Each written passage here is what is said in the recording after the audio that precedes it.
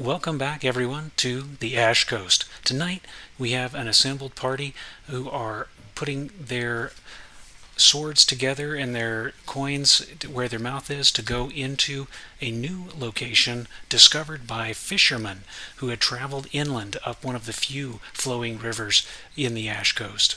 A strange stone monolith, several arranged in a circle rising out of a saline lake sitting a mile or two inland off the coast. And, all right, so we have tonight we have three of our returning players. We have our perennial Mr. Hobbs himself of Gamerhood fame coming in playing Taganus. Uh, and we have Diogenes. Diogenes, do you have a real name you want me to use, or Dio work for you? Oh, deal works perfectly. Perfect. Coming in. Who are you playing today? Today I'm playing my magic user, which I've freshly rolled up, called Elias the Elder. And he looks a bit like the actor David Bradley, if you know who that is. Yep. I will Google it in the meantime. And last but not least, we have our good buddy Thaddeus coming in. Who are you playing today, Thaddeus? Borzel the Merciful. All right, Dorzel the Merciful, back for more. So, yeah. And I introduce everybody. I'm not to count Jason out, but he's eating dinner, so I figured I'll cut him some slack.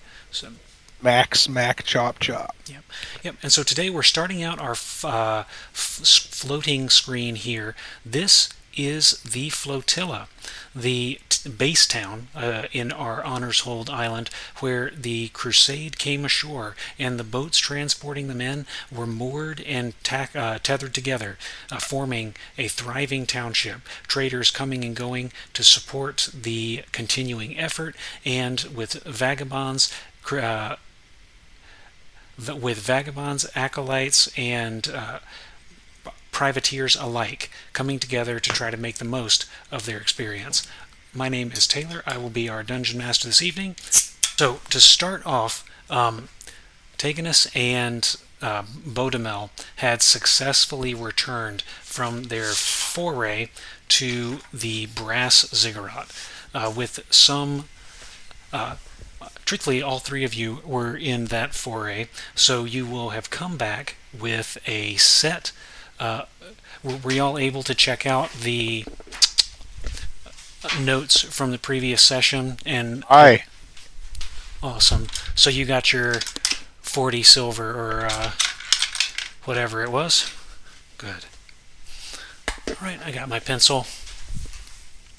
Oh, and I'm ready to go. All right, so I think, Hobbs, you were going to retain Bodemel. If you could, go ahead and roll me 2d6, a reaction check.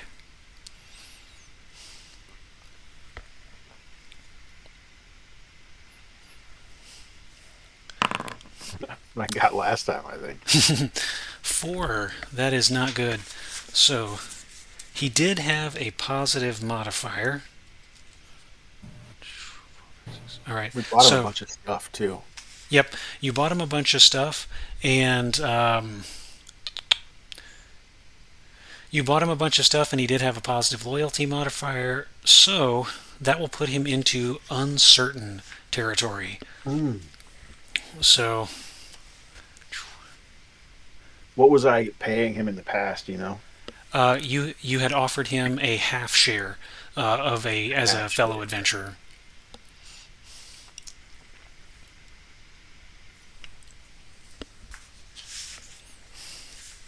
Because he's like a sounds perfect. non-class character, is that right? He is a young cabin's hand who had served aboard one of the ships leading the flotilla in. He was skilled with a knife. He was okay with the sword that you guys had bestowed upon him, that was taken from the brass ziggurat, and he had a sling that was purchased for him by the party. Do any of you? Let's see. Yeah, for the time being, let's say he will. What'll he do? he will tag along this time, though he may he if the treasure isn't there, he may be harder to retain on our next voyage. So Sounds perfect. sounds about fair. All right, awesome. Did either of the other party members want to seek additional assistance? So we have over in the Razor, you'll find a wash of cut purses and thieves who are more than happy to prowl in the dark. The arena, that's a place for blood sport. Different fighters and gladiators will make their home in that area. Or in the Welcome District, there will be a plethora of different peoples who might be interested. Tradesmen, trackers, rangers, stuff like that. If we're happy with four, we're happy with four, but I wanted to give you the opportunity either to pick up more people if you wanted to, or to invest in additional gear, or as you saw fit. I'm okay with 4 guys, but if you want to pick up anyone else, you can go for it. I'm good. I think it will I last will forever. I'll attempt to hire one. Okay, so 2, that will 1. take. I have a charisma of 14, so that's only a 4. Okay, roll me. Well, first roll me a die 6, because it will take you. It will take you a little bit of gold to spread some goodwill around to get people's attention. 1. 1. Well played. You spend 10 silver pieces, and then roll a reaction check. 7 plus 1 is 8 for my 8. charisma of 14. All right, sounds good. So you, are you? What kind? Whereabouts were you looking? Trying to. Oh, and what were you looking for? Looking for a thief. For a thief. All right. Yes. You schmooze around in the Razor. You're able to spread your wealth easily, and you come across a group of 4. Not all at the same time, but 4 people who are willing to come along with you. Let's see. One is a halfling, a halfling with one eye, skilled with a sling, skilled with a knife, who claims to have single-handedly knifed a boar man through the ribs. Another is a Canish human.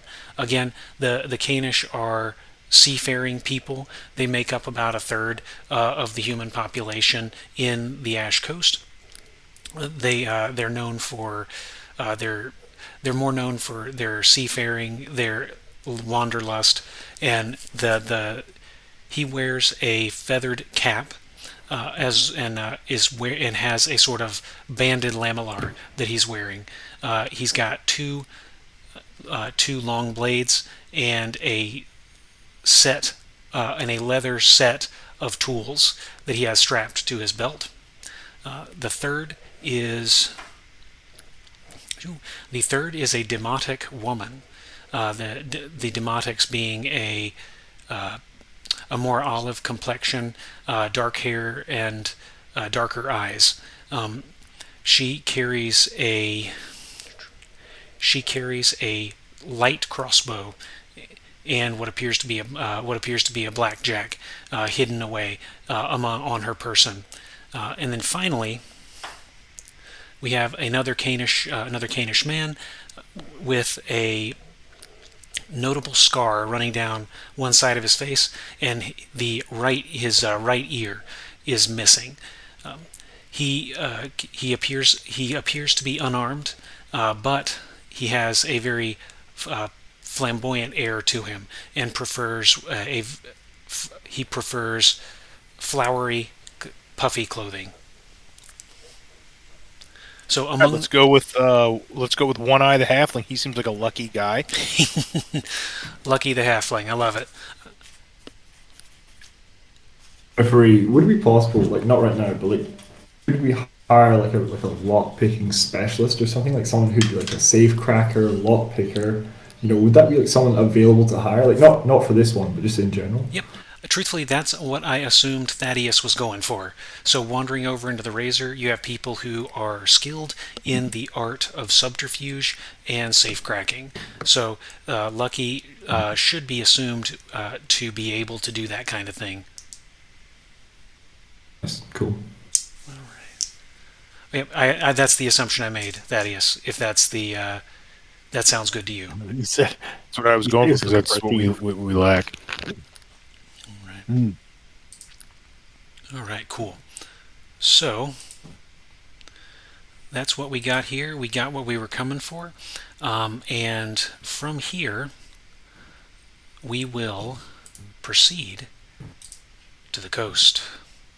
All right. So the the inland pond that the fisherman told you about, where they saw these coquina plinths rising from the deeps, is inland a bit to the east or to the west of the flotilla. You would need to have chartered a boat. You could rent one. You could pretty easily get a hold of one, or you could have one of the fishermen kind of ferry you up for a small fee if that works for you guys. And they would take you inland towards the monoliths. About what time would you like to arrive? If they told us, what have they told us about the monoliths so far? They kept a wide berth from them, about 50 to 60 yards when they went past. They were afraid to go any closer. There was no sign of human habitation when they went by in the middle of the morning. They did see signs of occupation for wildlife. So there were vines overgrowing the stone. There a giant lizard. They believe they spotted kind of slinking into the waves or the waveless surface nearby. They didn't go too close though. Originally having thought it was just a rock formation, but upon closer inspection, it showed angular construction.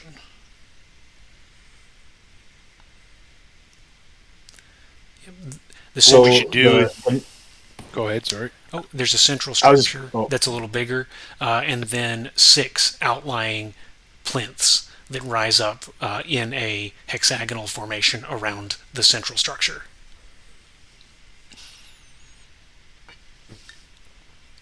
I was We going timed to it ask. so that we Yeah, arrived at we that at the grabbed same time. Mid-morning, you say? About the same time they got We there? need to leave earlier, right? But to try to arrive at that time, since we know or we assume that's a period of low activity. Okay, that works. And Opposed landing. Oh, looks like we may have another player joining us. Do we have a Fafast on the line? Ah, brother. Hey, can you hear me okay?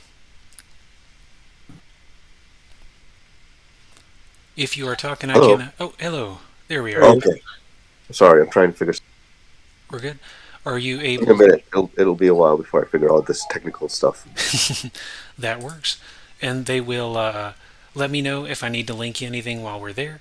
I've adjusted our recorder to work perfect, or to line everybody up, and we'll be good to go. So yeah, just let me know. I will. If you run into the links, should be in the pins in the forum. Okay, thanks. All right. So, yep, cool. The ferryman rows quietly along the still water, approaching around a thin rivulet, which appears to be flowing less according to the natural fall of a river and more according to the whims of the tides. And rounding a bend, you see a large body of water, a mass, a lake maybe a mile across, so you can see either side, especially in the flat lack of terrain. And before you, to the west, there are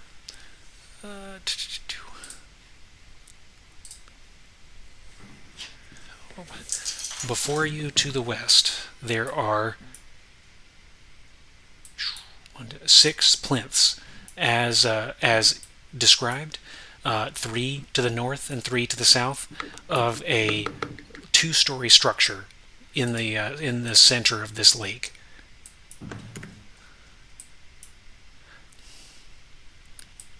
Are the plinths in the lake as well, like on a small island in the middle of the lake, or did I miss that part? Nope, they appear to be rising directly from the waves. So almost like almost as though they were constructed in a time when the water level was lower, or perhaps they were constructed under the water to begin with, and the tide has since ebbed. Cool. Did you say the rivulet dead ends into it, or does it continue to the north? The rivulet dead ends into the lake. This is it would appear that this is the outpouring. So the egress for the body of water.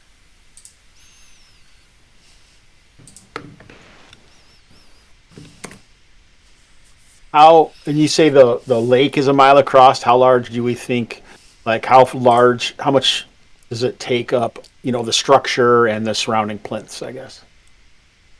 The structure, the central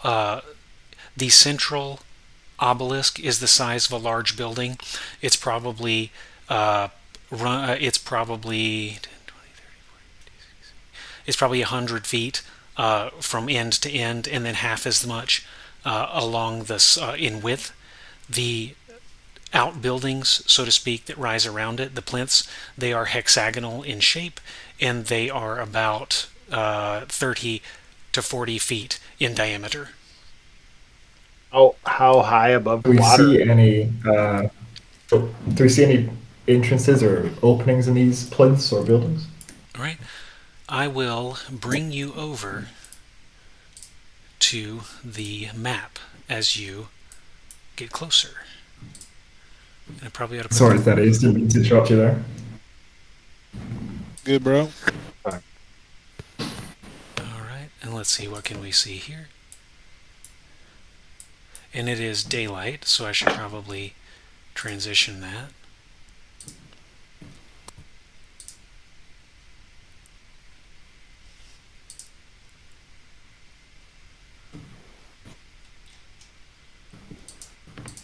One of the things I was going to ask you earlier was, you had a name for it, but no one mentioned a name like that. That's just what we're calling this particular journey, right? The Temple of the Gilled Oh, Horror. correct. That's just what we're calling our adventure for today. No reason whatsoever. There's no Gilled Horrors in here or anything, right? If there were, it would be totally an accident.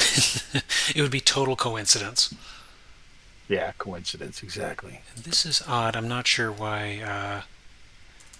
It's not showing you. Okay, so It's starting it now. much better. So it's daylight, and so I just gave you a much larger vision.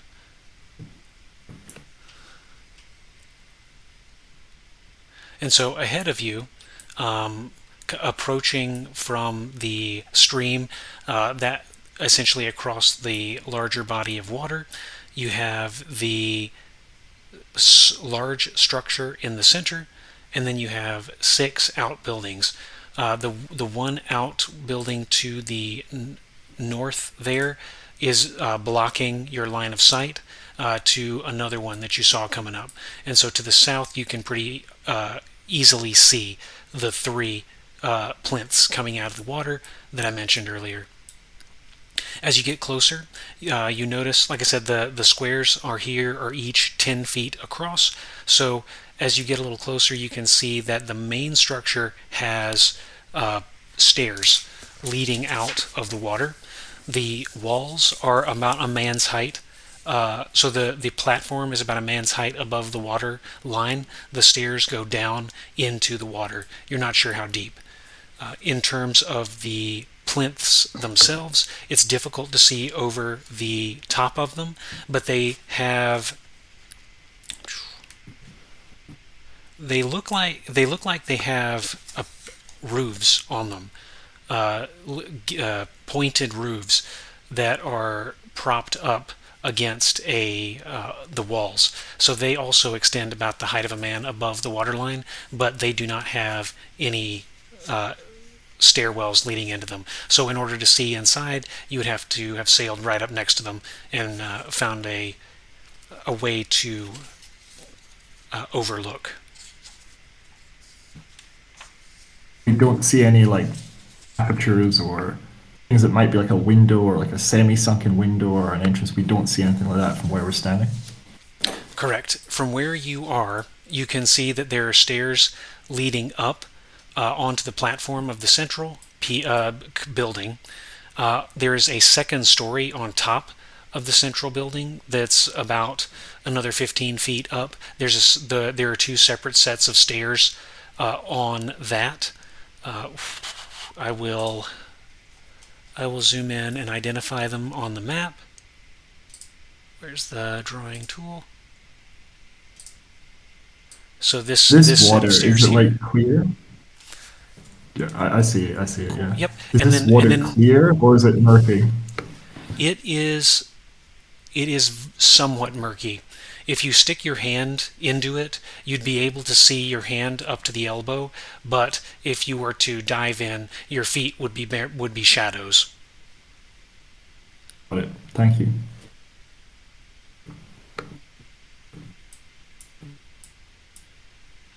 Yep, and additionally, in the center here, let's see, right here, that is a stairwell leading into a darkened corridor.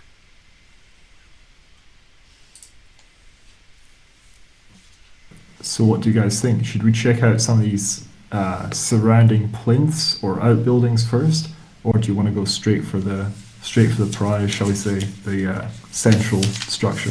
What do you guys think? Should not dally. I would rather be on solid ground.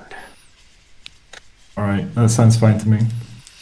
You reckon we should throw like a rock or something into the water, see if there's any like disturbance, like if there's some creature under the water or some funny business like that? Do you reckon we should throw something or some rations maybe, see what happens?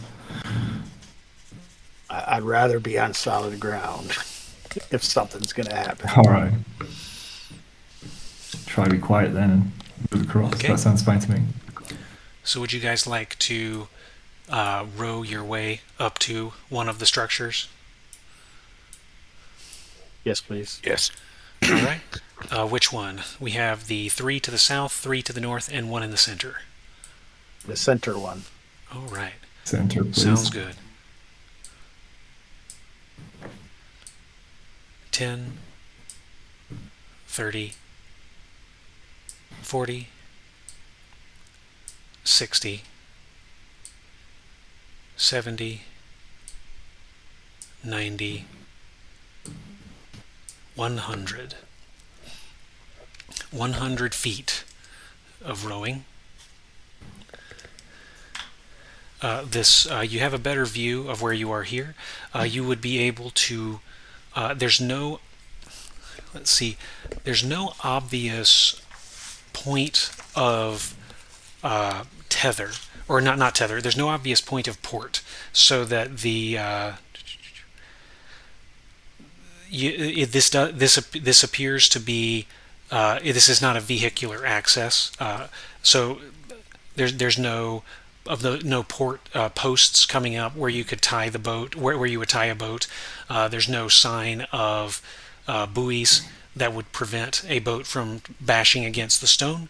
The material is coquina, so that is a cement aggregate that appears to have been aggregated using seashells and other small detritus. There are 2 faces on the wall in front of you. They look like they're carved fish facing outwards, one facing north and one facing east, but their eyes bulge out such that their pupils point to all 4 of the cardinal directions.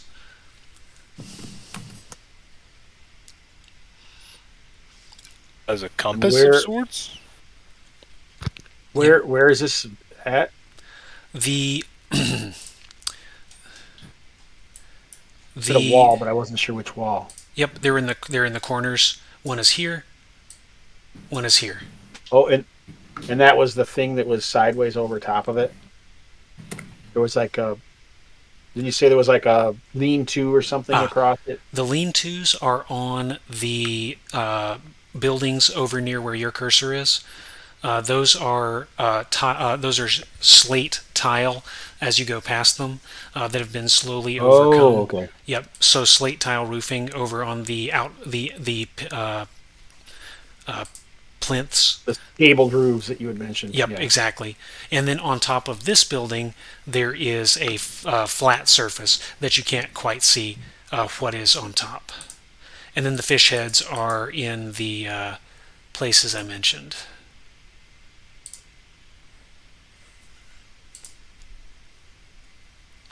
Right. And we'll continue. The eyes looks like they can see if anyone approaches. Wizardry. Let's continue. Yeah. Okay. Yep. Okay. How do you want to, let's see, so peering into, well, first off, what do you want to do with your boat? You think it's not a particularly heavy boat. You could it's an oarsman. You can pull it up onto the ground here if you so desire, or you could weigh it down with something. What do you want to do with your boat? Pull it up, just well out the water, and then like flip it over or something. Let's keep a close watch though while we're doing this. Should we assign someone to like kind of look after the boat if we have like a hireling just to look after it to make sure that something doesn't happen to it?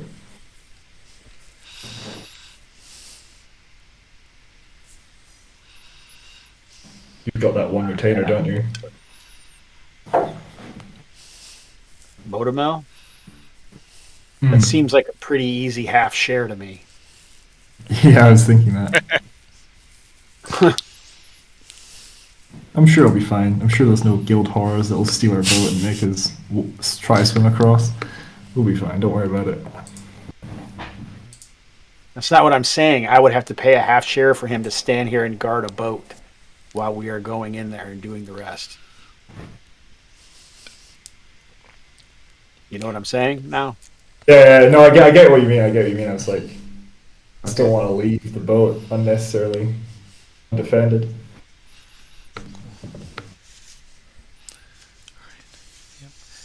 Sure, it'll be fine. Don't worry about it. Yep. All right, so the stairs going up are a little narrower. That is to the south and east. They are a little grimy from exposure to the wet, but they're not slick. The rough texture of the material makes up for whatever mold growth is occurring. The stairs down are more smooth, as though they are in periodic use. Additionally, you can hear a mild humming coming from, almost an electric humming, coming from inside the darkened chamber.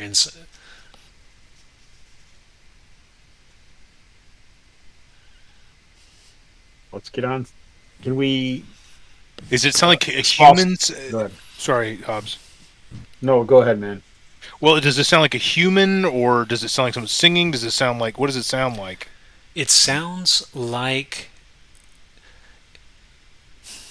It sounds like a ceiling fan motor that is not long for the world. It has an Okay. unnatural, but it's a sort of an unnatural sound. It does not come from the voice of a human or animal, to your knowledge. Okay. And you said that's coming from down the stairs sort of Yep, structure ahead from of the us? down in the central stairs, inside a darkened chamber. What do you think, guys? Crack open the torch and have a look? Yep. I think Right. so. Where do the Do you want me small I've stairs? got 6, I can light one. Where do the small stairs go all the way to the water, or do they go up into the structure somewhere? The two smaller stairwells lead up onto the flat second-story roof of this platform, of the central platform. All right, that's what I thought, but I wanted to make sure. Alrighty, yeah, we can go either onto the roof or into there. I don't like the sound of those holes though.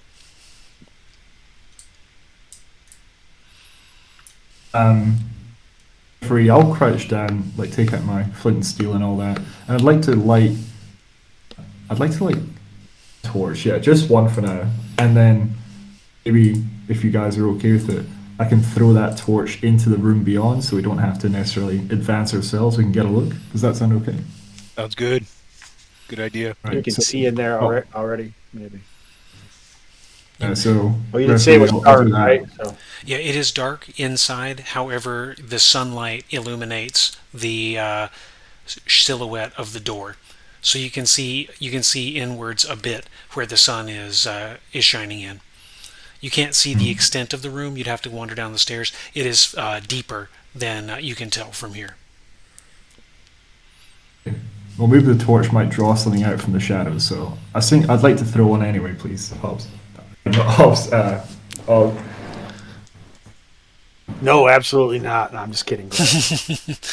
Yeah, the torch boomerangs back, but no, No. you were able to successfully toss the torch in. It illuminates a radius around it. The humming noise does not intensify nor abate, and you can see inside the floor is again slate. Looks like it's tile, and the room widens as it goes in and deepens. So there's no monsters come out to attack the torch, and no surprises like furniture or treasure are illuminated. okay. Do you guys want to head in? I'm just a frail wizard, so I'm afraid I'll have to be in the back rank this time, but maybe some tough guy can be in the front. That would be me, my specialty. All right. So we wander inside. Oops. Tried to zoom in on the... let's see.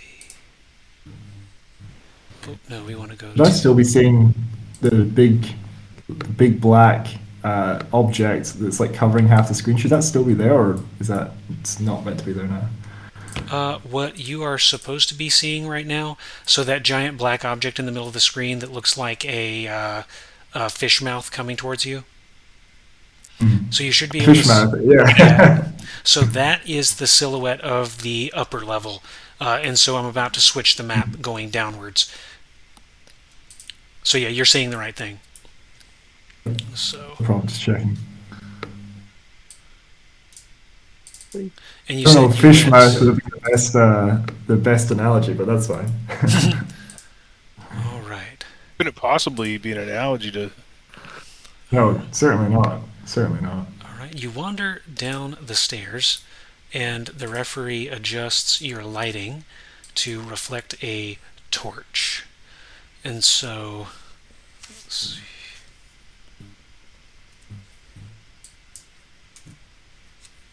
Burglar, time to earn your pay. Yep. All right. So coming down the stairwell, you come into, again, the floor appears to be slate. The room is yay wide. It is about 40 feet from the corner to corner, and 30 feet side to side.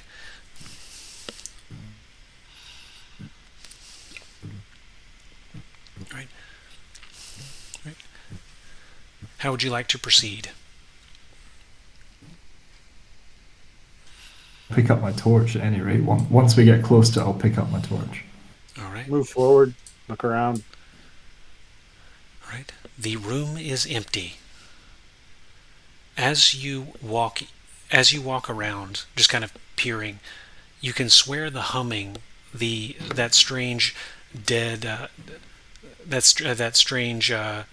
dead radio humming is getting a little louder. So If we have a 10-foot pole, I'll take a second to, assemble it from the two separate parts. So I'll have my torch in one hand and my 10-foot pole tucked under my arm, just for future reference. I'm going to use my spear and tap around. Just maybe look for head towards the door right in front of the wall, right in front of us, maybe. Okay. So you tap around as you move forward gingerly, and the humming keeps getting louder and louder, and it's starting to match a rhythm inside your chest. It's like your breath and your sweat and your heartbeat all seem in rhythm with this strange humming. Does it sound like it's emanating from behind these doors on the southwest corner of the map? Like, does it sound like it's behind the doors, like it's coming from there, or is it just all around us in general? It's simultaneously all around and exclusively within. That's interesting. Is our heart rate increasing? Like, is there any physical effect on us? You find yourselves sweating a little bit and feeling nervous. I always feel that way in a dungeon. What say you, Lucky? I was going to say that. All right. So Lucky is rolling a silver coin back and forth across his knuckles, his eyes darting around. He stammers a little bit, something about how he's totally unafraid and wouldn't understand why anybody would be. It's just a humming. Get that thief on point. Okay. The thief. What do the doors look like? Have you said? Not yet. The doors are a gray driftwood. So they're rough. So they don't appear to have been sanded. They are held in place by a green copper bonding. So obviously oxidized with the damp. And as he approaches, your Lucky indicates they seem salt encrusted, almost as though the doors themselves were made from wood that had washed up on the shore.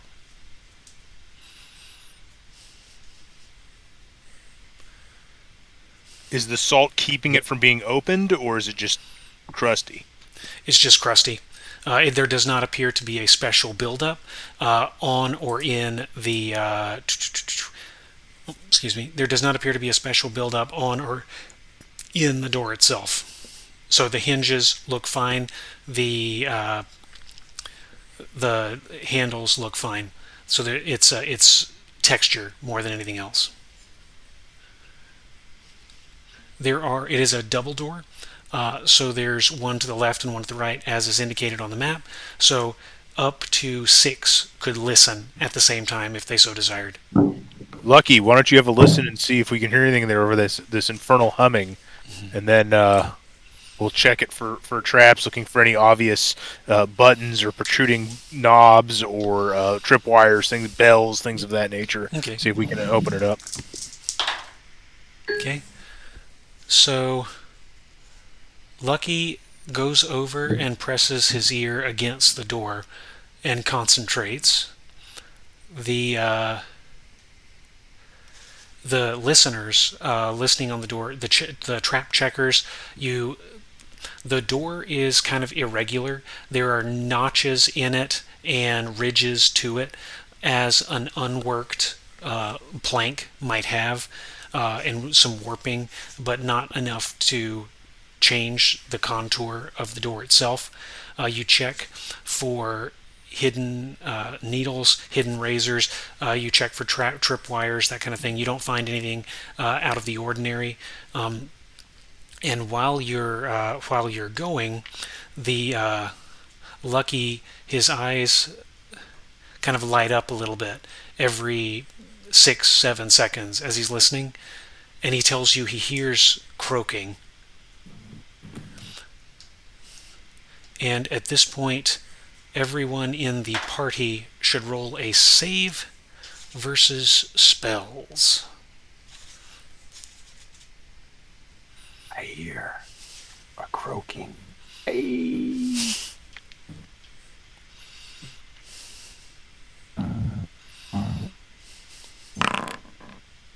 11. Oh no, it's 2d6 or something. No. Nope, save versus spells, 1d20 based on your class. So, I'm a magic user. okay, Hobbs passes.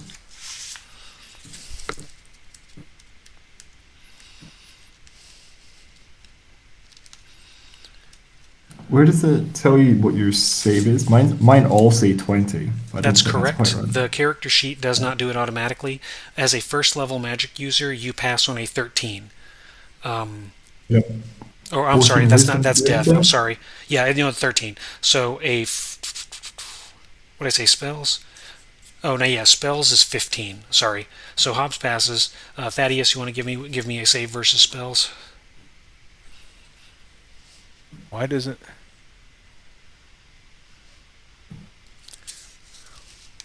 If the roller on the I rolled an 18. right, perfect. Okay, cool. So yeah, if the roller isn't working, feel free to roll physical dice. So, all right, and then we have our 2 retainers.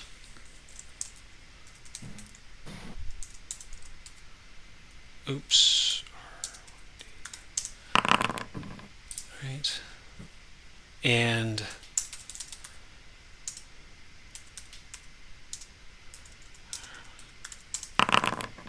all right.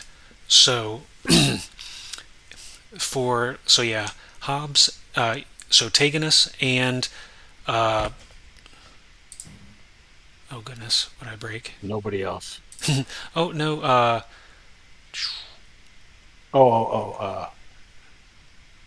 Man, I don't know what Thaddeus' character's name is either. I was trying to look at Dorzel.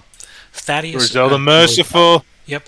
So Dorzel and Taganus are the humming is maddening, but you shake your head and ignore it as it as it continues to thrum in your person. However, let's see. Let's see. Who are you playing again? Dorzel. Dio. My guy's called Elias the Elder. Elias. All right. So Elias and the 2 retainers, you have the thrumming becomes a cacophony in your ears, and suddenly it's the thrumming becomes a cacophony in your ears. The walls are seeping and watching you. The people who brought you here, they brought you here to die. This is a trick. This was a ruse on the part of these traveling companions. What do you do? We run blindly for the safety of sunlight at the exit. Yep. So you see. I'm let's sure see. Bodemel will follow right away. Yep. Bodemel reacts poorly. So the Oh, that's funny. I rolled 2d20 to see what just to get a gauge, and I rolled double ones.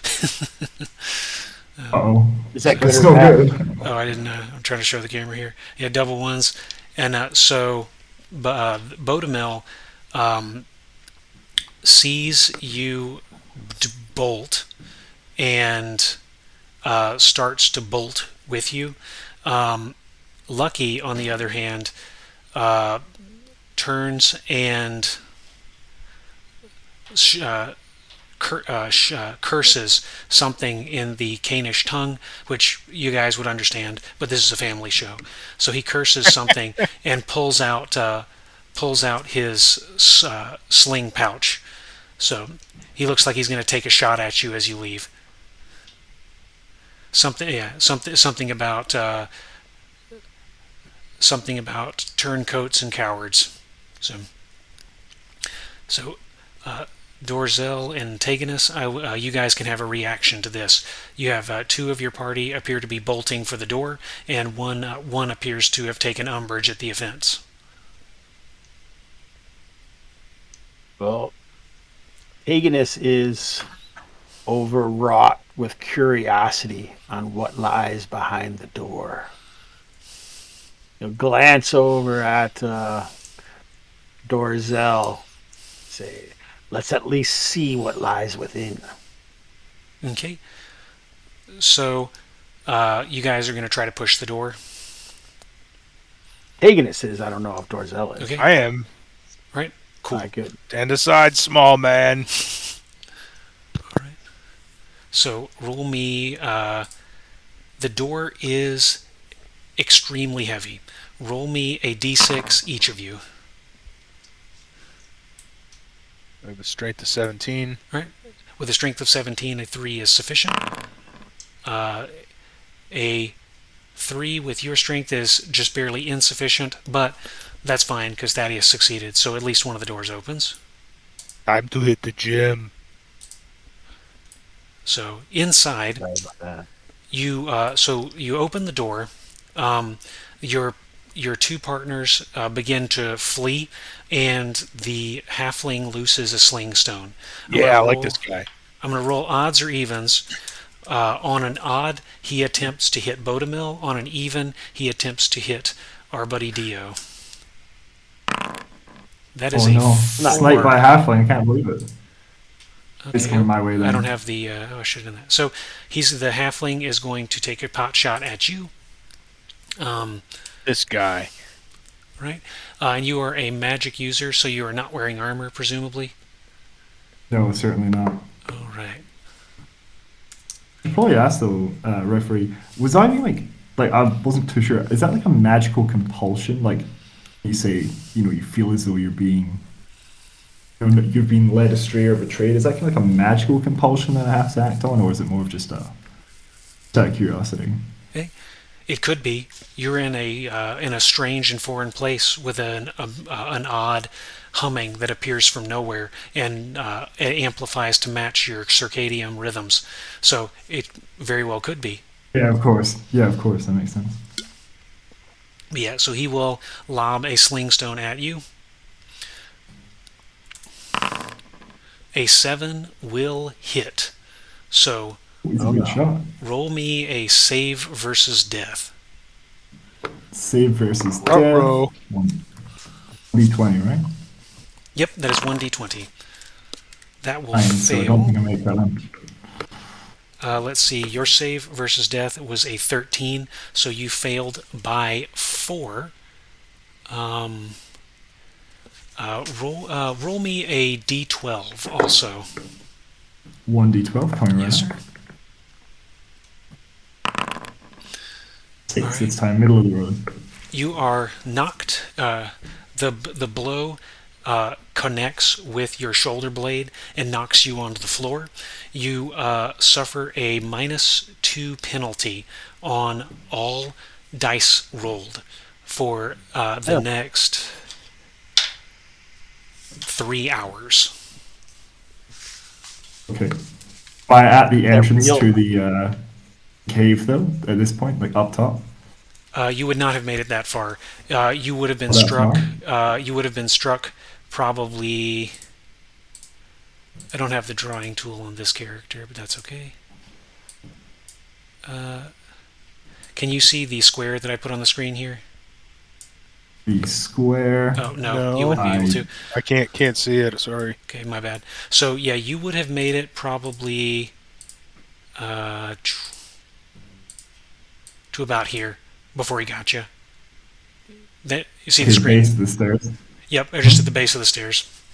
And so yeah, the bullet makes contact, and it it makes contact with your shoulder blade and dislodges something, and so you're going to be sore for a couple hours, and it takes you to the ground. Oh.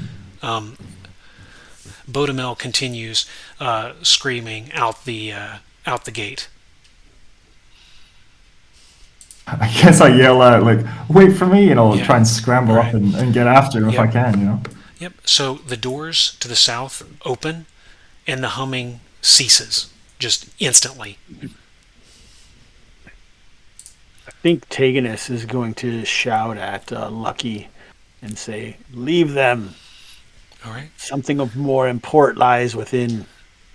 Okay. Let's see. Okay. Let's see. Dio, roll me another save versus spells.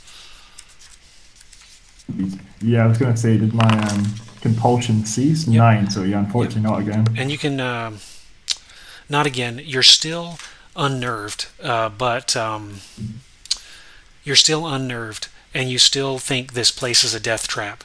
But you're no longer going to. You're no longer. You're no longer convinced that you're. Who knows? Actually, one of them did just try to kill you. As you say, that one did take a shot at me. Yeah, so- that one did take a shot. A love shot. Love tap. Yeah, the Lucky pauses for a minute as you address him. Taganus shakes his head and then looks at his hands as though he's surprised that he's holding his sling, and puts it back into his pouch. We forgive you this time since it was at a wizard, but don't turn on any of us again. Yeah. So yeah, you're no longer. So anyway, so you did get shot, Dio. You didn't. You're not getting that same oppressive, overwhelming feeling. You're not involuntarily sweating. However, your memory of your memorized spells is not coming back for the time being. So you're not. Your training in the arcane arts is being overpowered by the adrenaline response. We'll ask though, and like I was the one who was carrying the torch previously. So are the remaining party currently in darkness? They probably would be. The source of light would have been right here, and so you guys would be in partial darkness. You can see a little bit into this room here, and inside it looks like there is a pool of water. As you open it, there is a slow swirling inside, like the water. The circular water is spinning in a counterclockwise direction, and it's faster and faster as it gets into the middle, and it appears to be going down into some unseen depth. So how do you guys on the lightless side want to proceed? And Dio, how do you react? I'll wait for the lightless guys to go, and then I'll tell you what. Maybe I'm thinking. No, I'm going to wait for him to go. Yeah, we need to get the light up here. We can't see shit. Like if I'm right, outside, I'll kind of shake my head and. Mel still like insane, or is he calmed down as well? Who? Bodemel? The guy who ran out with Yeah, my Bodemel character. ran out with you. So you peek. You trying to go up the stairs there? Okay. So. Oh, did he run? He's all the way out then. Oh yeah, he's all the way out. So I'm going to like kind of shake my head and be like, like the wizardry in this place is clouding my mind. We should go and grab the other guy. Yep. Peeking out, he appears to be wide-eyed and has had taken refuge behind the boat where you guys had put it, but he has this wide-eyed stare like he's not sure where he is. I'm gonna like go over to him and like kind of, be like, Bodemel, like, snap out of it. This place is like got mind affecting magic. I kind of like, if I have to, I'll go over and like give him a shake. Yep. Okay. Snap Yeah. out of it, man. Yep. He snaps to, and silently will follow you back. I'll like lead him back, still like shaking my head, and I say to him like, you know, if the humming starts up again, let's like all bind our ears with like wax earplugs if we have candles or something, or just muffle it with like cloth so we don't get affected by that, as best we can, that horrible mind twisting effect.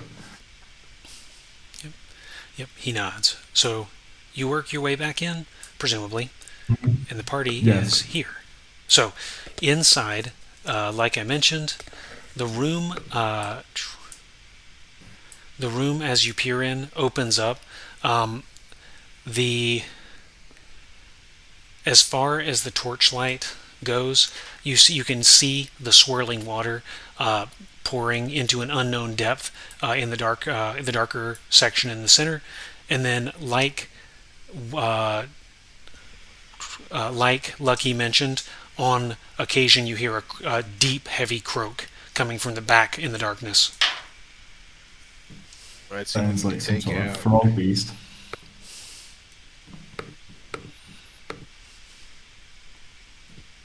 All right. Call from to step in a little farther with the light so we can see Will we like these get diagonal. next to that part of the door there? See that part of the door where it's like connected to the wall, like the frame? Will we like kind of Oh, post yep, it right right there. there with my torch? Yeah. Okay. Kind of like back against the wall almost, so nothing can sneak up on me. Yep. On the far side of the room, you can see just beyond the pool of water, there is indeed a giant toad. And let me find an icon for him. Let's see.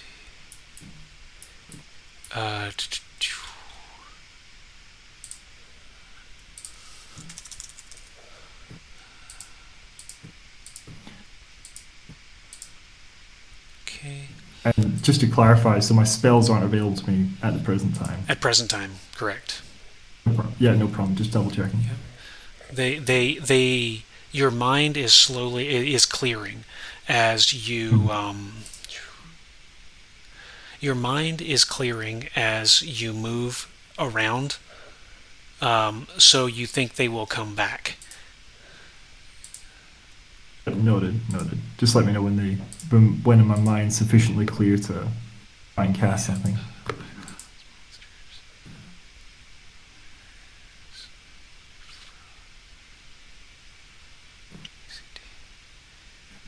Maybe we should light a second torch and kind of distribute it amongst the party so we have a bit more light, you know what I mean? And one to Bodemel. Yeah, I'll light a second one of mine and then pass that one to Bodemel. Can we see the back of the room, or is that just the edge of the light? The edge of the light where you see a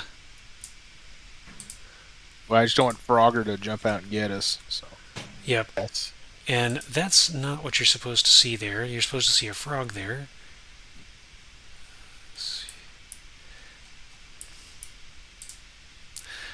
To the south here, at the edge of your light, do you see an icon? yes.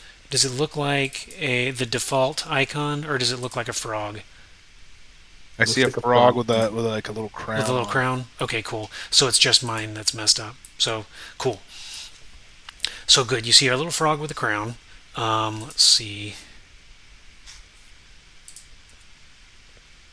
We'll reload here. Let's see if that fixes it.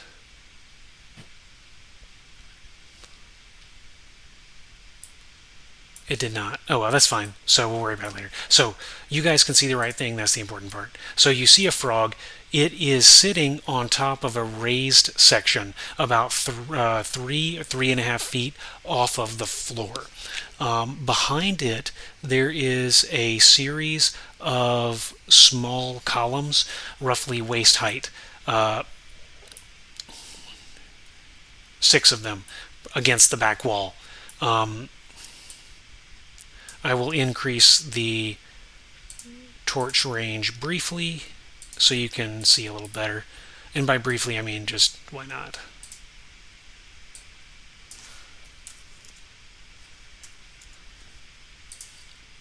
Okay, so you guys should be able to see the back wall.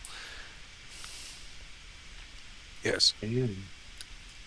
So the toad is sitting there, staring upwards. It looks over at you, but makes no other movements.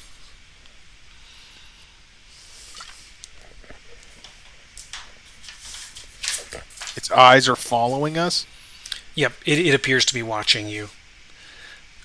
You can't tell if it's watching you out of hunger or out of curiosity. However, the thing is shaped like a toad. That is, it's as wide as it's wider than it is tall, and it is approximately 7 feet across. So I should probably increase the scale of this miniature. I'm tempted to throw a javelin at it, Hobbs. What do you think? I think we should move forward. And you said it has like pipes against the back wall? Correct. Like small columns extending from the bottom that are against the back wall, and there are 6 of them. They are here, 2, 3, 4, 5, 6. So they obviously are circular and not the terrible drawings of a me. But yeah, they're up against the back wall.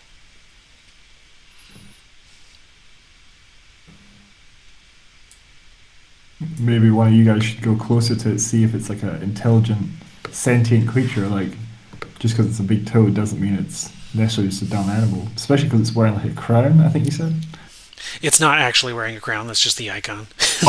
That's just like. Oh, when you said you see the toad wearing a crown, I thought it was like some like king toad. Or something Oh no, like it's that. not. No, That would have been a cool encounter to put here, but no, it's not the king toad. Lemmy Winks will have to move on. So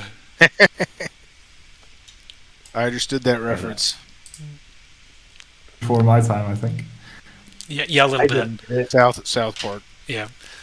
Our buddy Dio is roughly half the age of the other players at the table.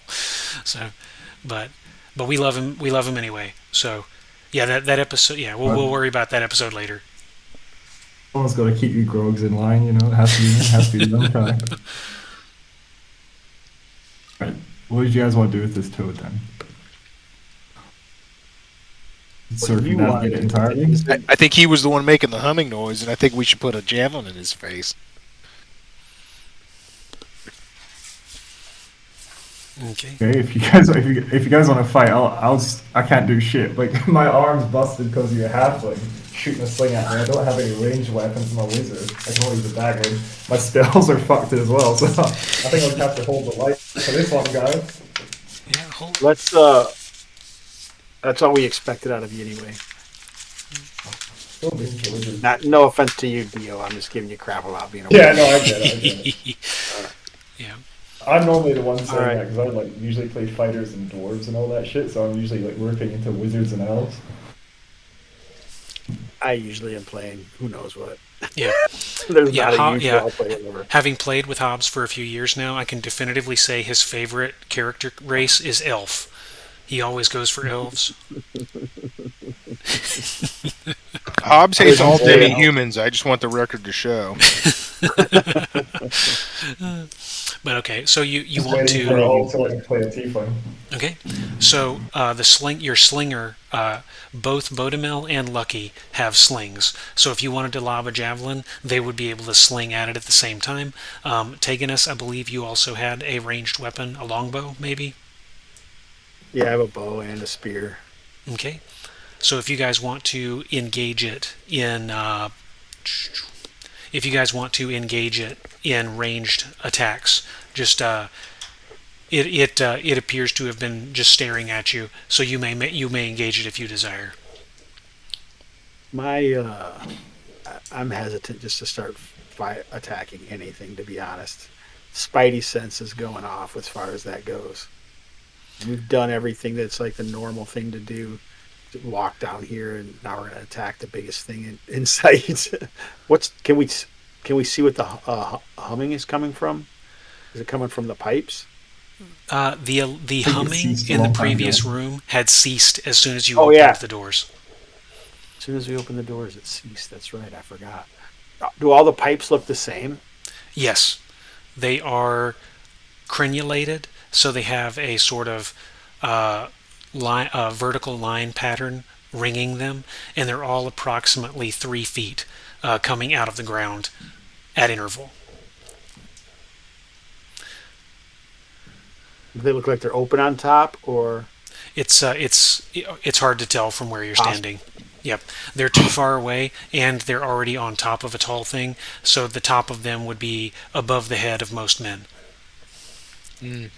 These pipes are like some kind of like big organ or like instrument type deal that like makes the humming sound. But to get there and inspect it, we're gonna have to do something about the toad. I don't just want to walk up and give him a pat on the head. Do you have any? If you want to shoot it from a distance, we can do that. But I don't know. When you say we, you really mean us. I mean, no. I mean, the party while I observe for quality control purposes. Okay. What does it have any tools around it, or like have like any? Is it wearing anything? The toad is not wearing any clothing. Its skin is leathery but smooth and glistening. Sounds like it'll make a fine jerkin. I thought you were going to say jerky, you heathen. All right, let's move. Oh forward. yeah, obsolete it. Save money on some rations. Or ratayoons, as it may be. That's right. Those are French. Let's move forward. I don't want to attack it yet. All right, I'm gonna have a javelin in one hand, sword in the other. I'm ready to put this guy down hard and fast. Yeah, I'll keep my spear. I'm going to put away my bow and just have my spear out with my shield. I'm in the back with the torch, quavering, and I attempt to pull in my other hand. You said it was looking up. The frog, it was looking at you guys. So as you guys approach, it stares you down a little bit, and then as you get to about the point where you are there, its back haunches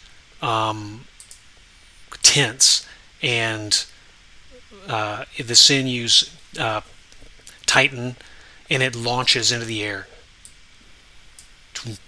into the water, circling down, out of sight.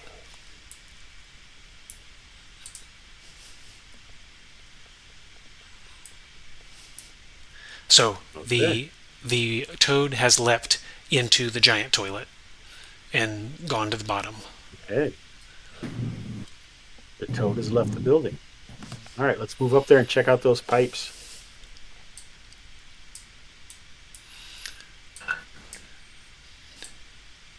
Okay. It's easy enough to climb up onto this surface. There's no stair, but it's only 3 feet, so really it's a step up. The pipes are flat on top, with no obvious interior, as though they were solid, filled with cement. Are they made out of stone? Inspecting them, they are made out of a stone-like material, but it's carved in a very smooth fashion. So it could have been concrete, it could have been carved stone, and they rise from a slate. This lip here that you're standing on is slate.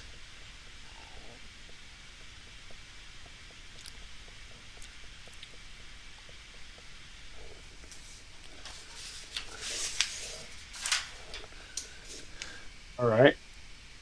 Do they move? Do the bar pipes move or anything? Mate, You apply a little bit of force to it, they do move. They're extremely heavy, but they do move, and they do not appear to be attached to anything, or at least the one you touch does. It shifts as though an end table of lead. huh? You try rotate it all the way around and see if there's like some kind of hole on the other side. You know how you see those like organ stacks, I think they're called? See if it's got like any like whistling hole that can make a sound, or like a sound or anything like that. See if you turn it all the way around, I reckon. Yep. Turning it all the way around, it appears to be uniform on all sides. You find no holes, no vents, or anything like that. And to reiterate, it's also not connected to the floor. So you could pick it up and haul it out if you wanted to. I don't know that we want to do that. Any value? You're not sure? Roll me 3d6 and compare to your intelligence.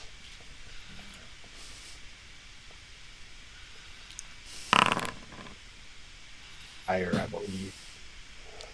Okay. My Okay. intelligence is a 10. All right. So yeah, Hobbs, you're getting the impression this is a concrete pillar. You could get probably a couple silver for it for someone who wants an end table, but you're unsure as to what purpose someone would have invested in these things. So yeah, it's roughly 1,000 coin weight, and you think it's not particularly valuable.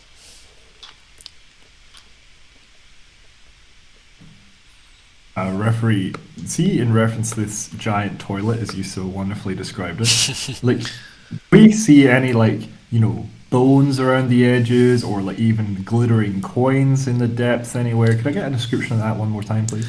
The interior is smooth. It appears to have been worn smooth by a constant stream of water, which appears to be emanating from somewhere under the lip of the edge, and it's circling counterclockwise. And so, if you my cursor. So my cursor, I learned from the last Ash Coast visit what counterclockwise means. So it's circling this way. And there's no, there does not appear to be anything in the bowl, so to speak, and there does not appear to be anything kind of floating, I guess, in there. Whatever had fallen in would have been sucked under by the current. You can see down a little bit. The central chute goes down and south, but it rapidly becomes black as it goes around a bend. I bet that on like some other level below of this dungeon, they will find, there might be another way down. There'll be like a waterfall or like a pool where this like empties out. That's just kind of my feeling. There'll be some kind of like other end of this, but we just got to find another way to get there. That's what I'm feeling. How much do I think one of these things weighs? You pick it up, it's about 1,000 coin weight. What if humans... It would be pretty hard for that giant toad to make something like this concrete circle. What if, therefore, getting people down the tunnel, down the whirlpool faster, like a means of travel or like an added weight? Travel tube. Oh, that's a cool idea. I don't know how many people or whatever ancient race built this place would have water slide as their preferred mode of transport. Always worth a shot if you want to jump in with some concrete tied to you. I'm sure we can arrange that, but I don't know if it's the best idea, man. I thought we were going to force you into it. No, Hey, Lucky the halfling, where'd he go? if anything, it's the halfling. It's payback for him having shot me. That's all I've got to say. Lucky, Half squats, Lucky has a length of twine with him, a length of rope. You might be able to dangle someone down there and get a view into what's down there. If you wanted to go down, if you wanted to take a peek without committing the whole way, or you could take the water slide. Right. I figured we could tie a rope onto someone. We can do that either way. But when we saw the toad go down, any way of guessing how far he went under? In terms of how much, how long he How would long have did to it hold take his him to be breath. underwater? Or Oh, how long? Yeah, Yes. underwater. Truthfully, there's not a lot of underwater. You can actually see a clear air tube going down because it's not deep water. The whirlpool is fast enough that it's open to the sky, so you have a vortex of water going down. If you were to hang from a chandelier in the center of the room, you could probably dip most of the way into the vortex without getting wet. We're into the breach. I'm ready to dive in. Do you want a rope around you? It's a precautionary nutmeg. measure. Yeah, but I mean, if it's more than go 50, then. it's just going to pull you guys in with me. At least we'll be tied together, regardless of what happens, so we don't Together. get fucking. Come on, Yeah. Lucky. We'll tie you around these concrete posts and hold them. Then we'll have the leverage to hold you. Do no it. matter how much it pulls you. Okay. Let's do that. Tie to the post. Okay. The rest of us can hold the post then. 50 feet. How much do you guys have?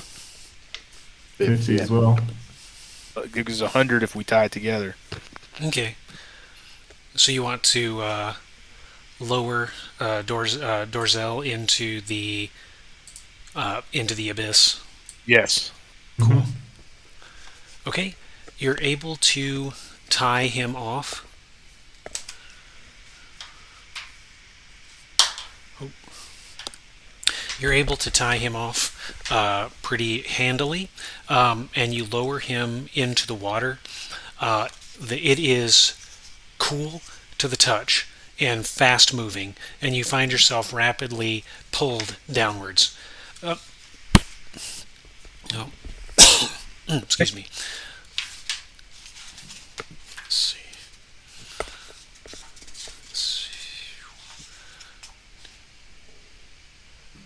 Yep, that amount of water is sufficient, or that amount of length of rope is sufficient. The spout downwards, it goes down for about 10 feet, curves to the southeast, or southwest, sorry, curves to the southwest, and then continues for another 20 feet before opening up into a spout. The water is pounding downwards over into a large black abyss. It is dark down there. However, you can hear water contacting water. So coming out from your feet, there is a lip, a drop, and there is water down below. Do I see anything other than water? It is difficult. It is dark down there. You do not, to my knowledge, have a light source, and you are beyond the torchlight of your party. So you can hear, you can feel, but you cannot see. All right. There's a lot of Throw 'em moving, up. running water, and there's water underneath me. Can they hear me over the roar? Like, throw a torch. Yeah, I was going to say, let's throw a torch to him. If he catches it, good. If he doesn't, then he can watch it. You think that the torch throwing may not work simply because it goes down like a water trap. So you think if you throw the torch, it's going to get caught in the water and put out. You're welcome to try it, but it's unlikely to reach you while lit. And it may be difficult to get lit once you hold it because it's, drenched. Oh, throw a lit torch and just let it fall in the water. And kind of let it flow down. Yeah, Okay. see how see when it's going to go out when it hits the water. So let's see get a little better view, I guess. Okay. So okay, roll me a die 6. Ooh. Ooh.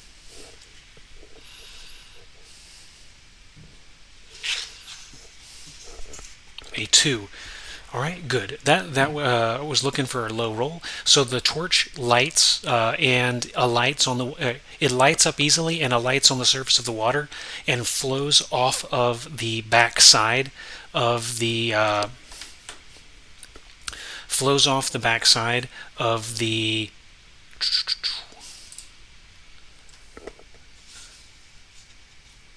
Spout, falls approximately 10 feet into a bigger pool of water.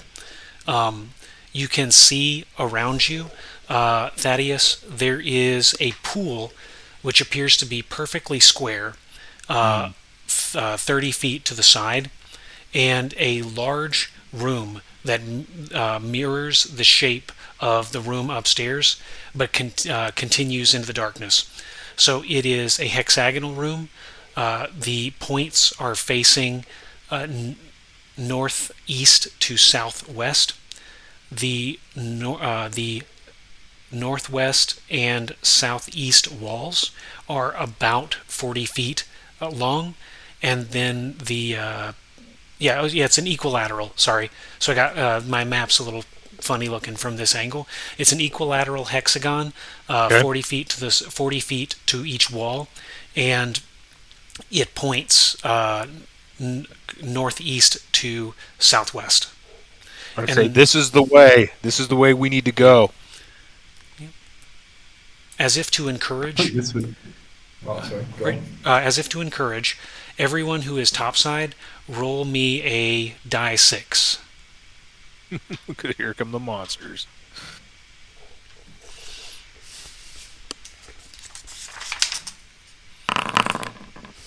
All One right. for me. Yep. So, at least one of you hears what appears to be a chanting and movement coming from the Hummer room. You hear voices chanting in unison with a strange gurgling dialect.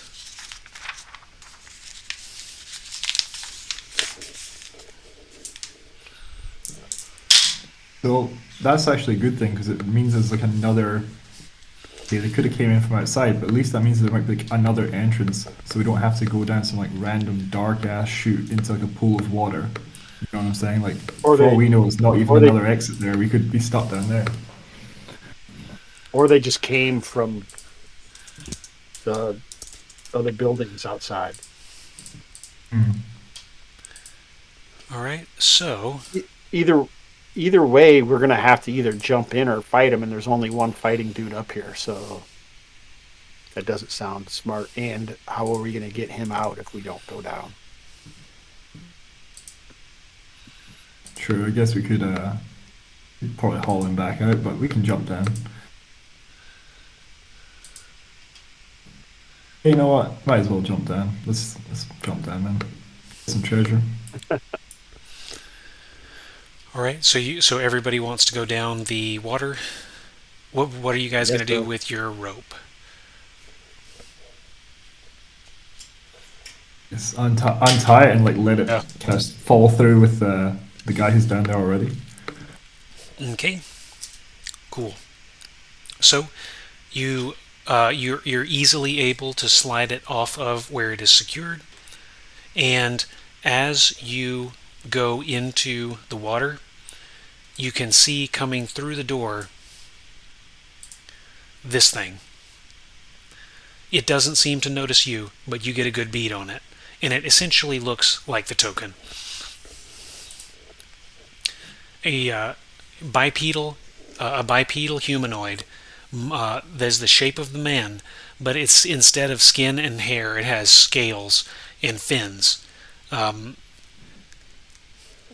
With large lips and pointed teeth, small against its jaw. So pretty much a deep one from Lovecraft. Maybe. Not sure. Maybe. I don't know Not who sure. Lovecraft is. I've never read him. Of Heck. course. Yep. So, cool. Rogue. And down we go. Deep does the rabbit hole go? Like every dungeon we go into, we just want to get lost in it and then have to escape. Apparently. Yep. So you guys find yourself in the darkness, but I need to add the party token here. Dink. You're able to. Let's see. We'll add your light source. You're able to keep it pretty much lit.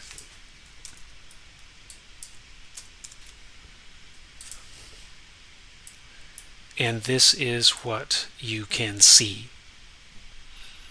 You're standing on what appears to be a spout. The water is flowing around your ankles and calves, pouring into this 30-foot pool at the base. The wall, the room continues a little further to the.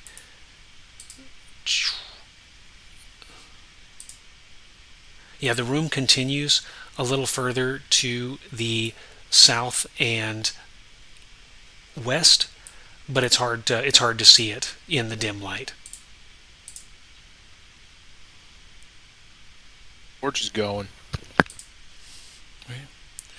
Right, you're about 10 feet above the water line, so you think you could hop down or shimmy down without too much trouble.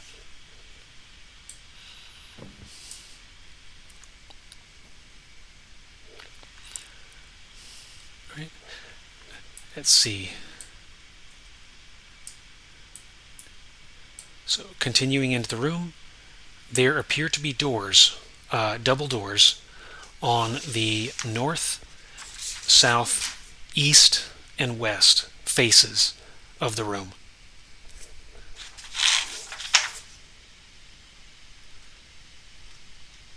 The floor. Oh.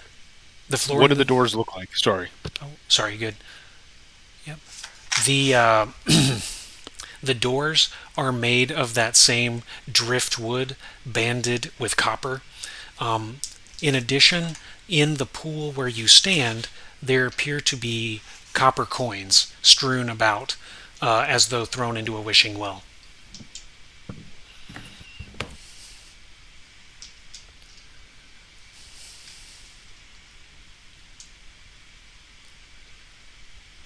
Have to probably beat our way into one. I want to look at the copper, see if we can find anything with valuable. Let's check out those coins real quick. Just take a little gander in there, see if there's maybe a ring or something more valuable. You find it's primarily copper coins. Among them, you find a couple appear to be silver. So if you would like to pick up the silver and leave the copper alone, you can get a total of 90 silver pieces out of the deal. All right. Write that down. All right.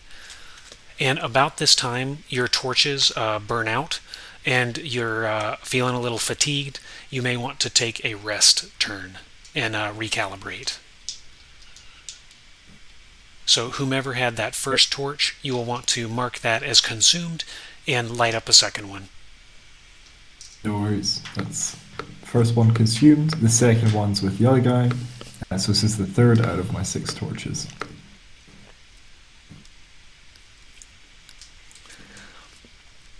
Cool.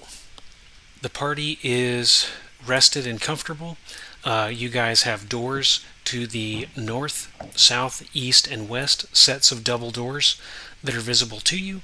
And it sounds, there are sounds up above of the gurgling kind of chanting, but it's echoing, so coming out of the spout. It's largely muffled by the sound, but it does not appear that the fishman has followed you. We didn't even think he saw us, right? Correct. He did not appear to spot you as you went down. Okay. So do we think a way out to the surface is to the north, east, south, or west?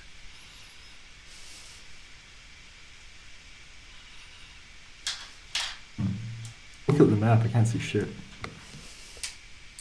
I'm on the far side. Yep. There we go. Well, right above us, the way that we came in should be to the northeast. But I mean, we didn't see any exits or anything unless something leads up to the roof. Otherwise, these are all new, so I don't really think we have any information. Was there any more coins in any particular area of the pool? There were a bunch of copper coins strewn about. You were able to find 90 silver pulled about that has been pocketed by the party. There does not appear to be any other special stuff around the room. So there was no hidden coins, no rings or other jewelry lying about the perimeter of the room. Right. I remembered all that. What I was asking is if they were any certain areas in the pool that would tell us, like, give us some information, like maybe it was headed towards one certain area or anything at all, or was it just just random in the pool? It was concentrated in the southwest to the point where they were strewn about the pool, but it was concentrated in the southwest portion. That would be just beyond the lip of the spout coming down that you guys used to jump down from the top level. Okay, so they throw it down here, but nobody else messes with it. But the toad had to go somewhere. Do we see water anywhere? Like water tracks from the toad jumping out of this pool? There appear to be water tracks leading north. So I will draw them with my squiggly lines.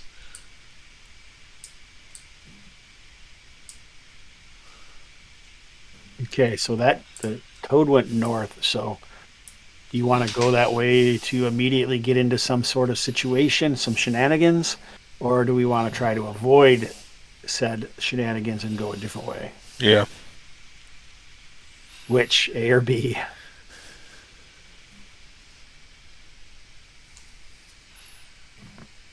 Dio?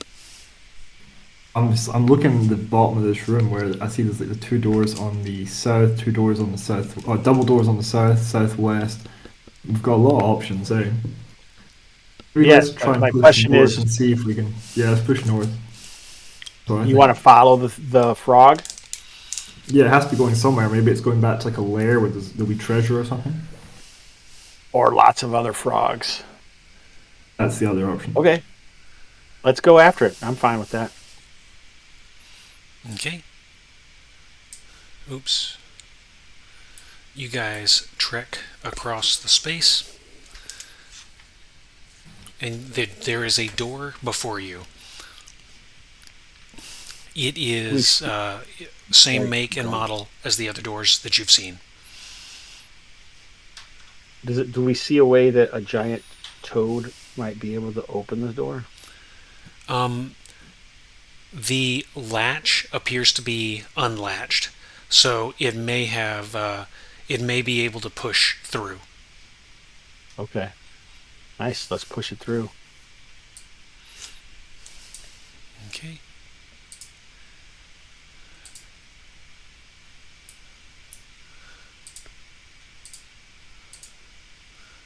The door opens without effort. Okay. You see a corridor to the north. The dampness continues northward.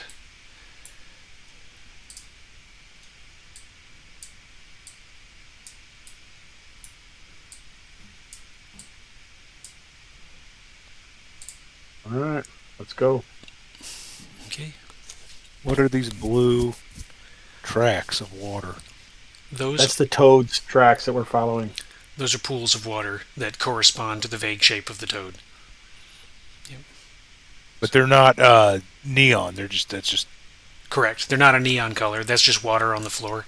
That happens to be the color that the marker I used marked. So yeah, Gotcha. they're not glowing special. So, right. 10, 20, It's really good. The room opens. The room opens up to the east. You see the north and south walls of the block here to the east are lined by velvet curtains. At 1 foot increments, there is a heavy black chain interwoven into the fabric that runs from the ceiling to the floor, holding the curtains in place. Red Bear, are they moldy or rotted? They look intact. What is the condition of the curtains? They are intact. Are they so they could be magical? I'll use the tip of my sword to pull one back and see what's behind it. It is very tight against the wall, but pulling it back slightly, you peek. There appears to be nothing behind the one on the south wall. You want to try it on the north wall as well? It goes the whole length of this chamber. Yes, the whole length of this chamber right here, out to the where the velvet curtains run for 30 feet. 9 squares. So yeah, 30 feet to the on the north wall and the south wall. Yep. Yep. Yeah, I'll let him check to see what's behind the north wall curtain. Okay. Yep. You move up to the north side here, peering behind the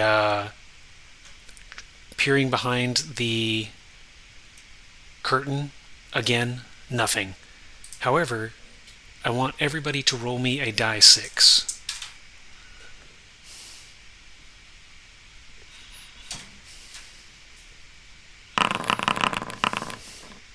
All right. For me. Dio, you are the only one who is surprised by this. Rounding the corner to the west, several shuffling. I think you're looking at my previous result. I got a 4 for that one. Not You got a the 1. 5? Oh, I'm sorry. Yes. Yeah. Okay. I got the 5, 4. 4, 3. I got the 4. 5, 4, 3. Okay, my bad. Okay, good. So yeah, nobody is surprised by this at all. So we will roll right on in. Let's see. Where are my actors? Let's see. Dink. Oh, come on. How many?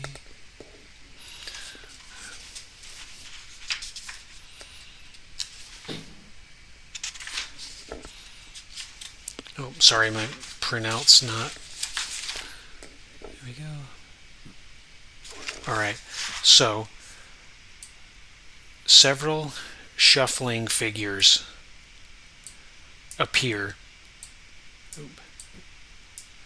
to come up from the south of the room to your flank. Yeah, they are. Yeah, they have a unwieldy gait to them, and have a strong odor. What do you do? I kind of flex my hand, flex my shoulder. Do you reckon I would be able to crack a spell off at the present time? Yes, your memory has returned by this point. Okay. Would you guys like me to deploy a Hoarfrost kiss, as a kind of a magic missile type spell? I can do it, but only if I get kind of protected, I guess you could say. Can you guys stand in front of me while I put it off? I'll stand in front of him. All right, cool. Okay. I'll make sure I'm behind the fighters, and I'll declare a spell, and then if you want to go to initiative, we can. All right, sounds good. We will do that, and I will grab. So we have our. I will leave the party token there for illumination. We have our. You there. And I had changed your icon. I meant to change that back, Hobbs. We had changed it because we had multiple of the default icons. So we'll change that back. I promise. Nope, that looks like taking us more than the other guy. Oh, beautiful. He is taking us after all. Yep, love it. And so we have our halfling friend, and we have our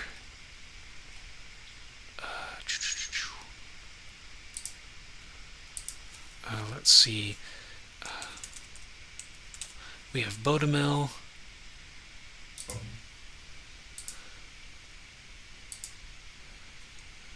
come on, icons. Characters.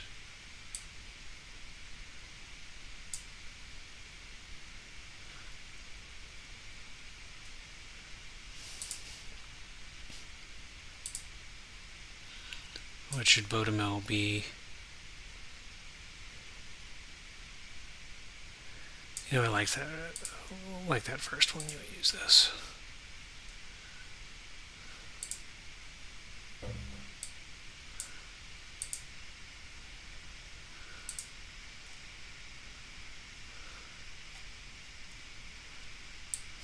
We have Bodemel here, and we'll have our Lucky, the halfling.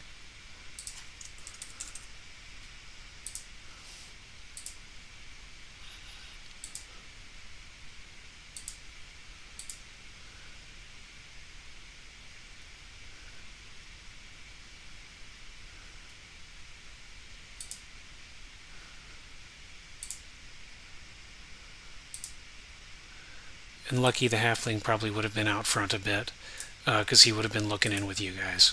So there's our party. I'm very confused as to why on... So you guys can see different faces for each of those? Yes. Yeah. On the recording, for some reason, my screen is only showing the default icon, but we'll survive. We'll do theater of mind. So this works for about the positioning of the group. Yeah. Cool. Yep. Well, Lucky be out a little ways, or Oops, Oh, everything got black. that was my bad. So Lucky can be out a little bit ways if you'd like. So which way would he probably be? A little north. to the north. Yeah, Okay, sure. if that was the direction of travel, that makes sense. Okay, yeah, it makes sense. There he is. Yeah. Oop, and then we'll put him here. So we have a spell going off.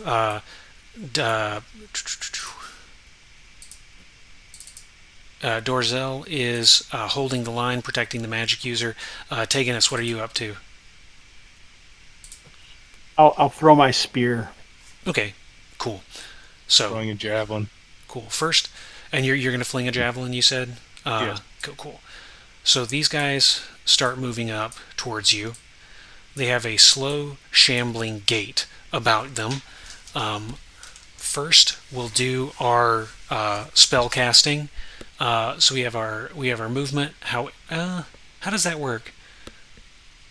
I guess movement has to complete before the magic, but you guys are using missile weapons, and because you're using thrown weapons, you would be able to throw them against the characters moving in at the half. So yeah, so you guys, everybody who's using a thrown weapon against them, and we'll go ahead and let Bodemel also shoot his sling at them as they approach. So go ahead, Teganus and Dorzel, go ahead and make your sling attacks, or your javelin attacks, sorry. Very well. 3d6, right? Yep, 2d6. Alright. They are light. They are light and at short range, and with your because you are a fighting man, you're actually rolling at 2d6 plus 1, so both of those hit. The two javelins pin cushion the forward figure. They impale into its chest and neck, and it topples backwards. Bodemel will fire his sling.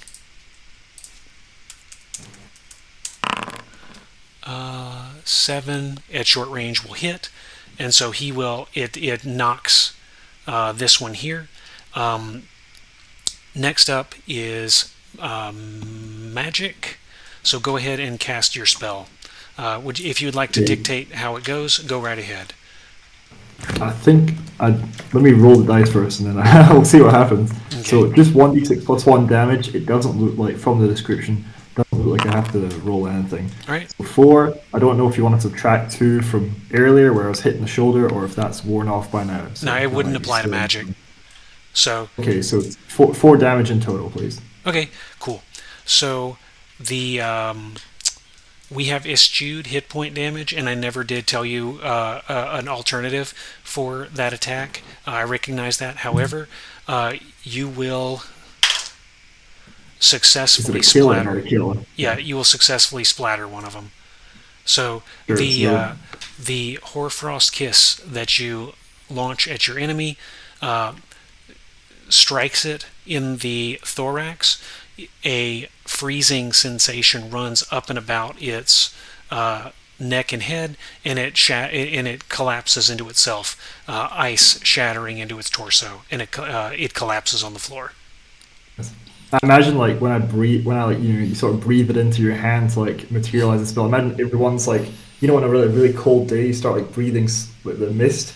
I imagine like that's kind of what it looks like when I like breathe. It's like mist and it solidifies, and then just like darts of ice just impales the adversary. Cool. And so the remaining critters, or the remaining critters, shuffle upwards to meet you. All right. Next, melee. They will on. Let's see, the north adversary on. North adversary on odds or evens will. On an odd, it will attack Taganus. That is odd, so it will go in. It will miss twice. So it comes up to you, and with both hands it brings them down with a heavy slam. Its fingers grasping at your the brim of your. Is he using a shield? Yes. Okay. It's grasping at the brim of your shield, but it's unable to find purchase, and you're able to repel it. Yep. Beautiful. Let's see. Yep. And the second one, on an odd, it will attack. On an odd, it will attack Dorzel. On an even, it will go after Bodamel. Even. So it will try to move up to here. Dorzel, you are permitted to draw a weapon and strike at it as it passes, as it's attempting to move through a space you control.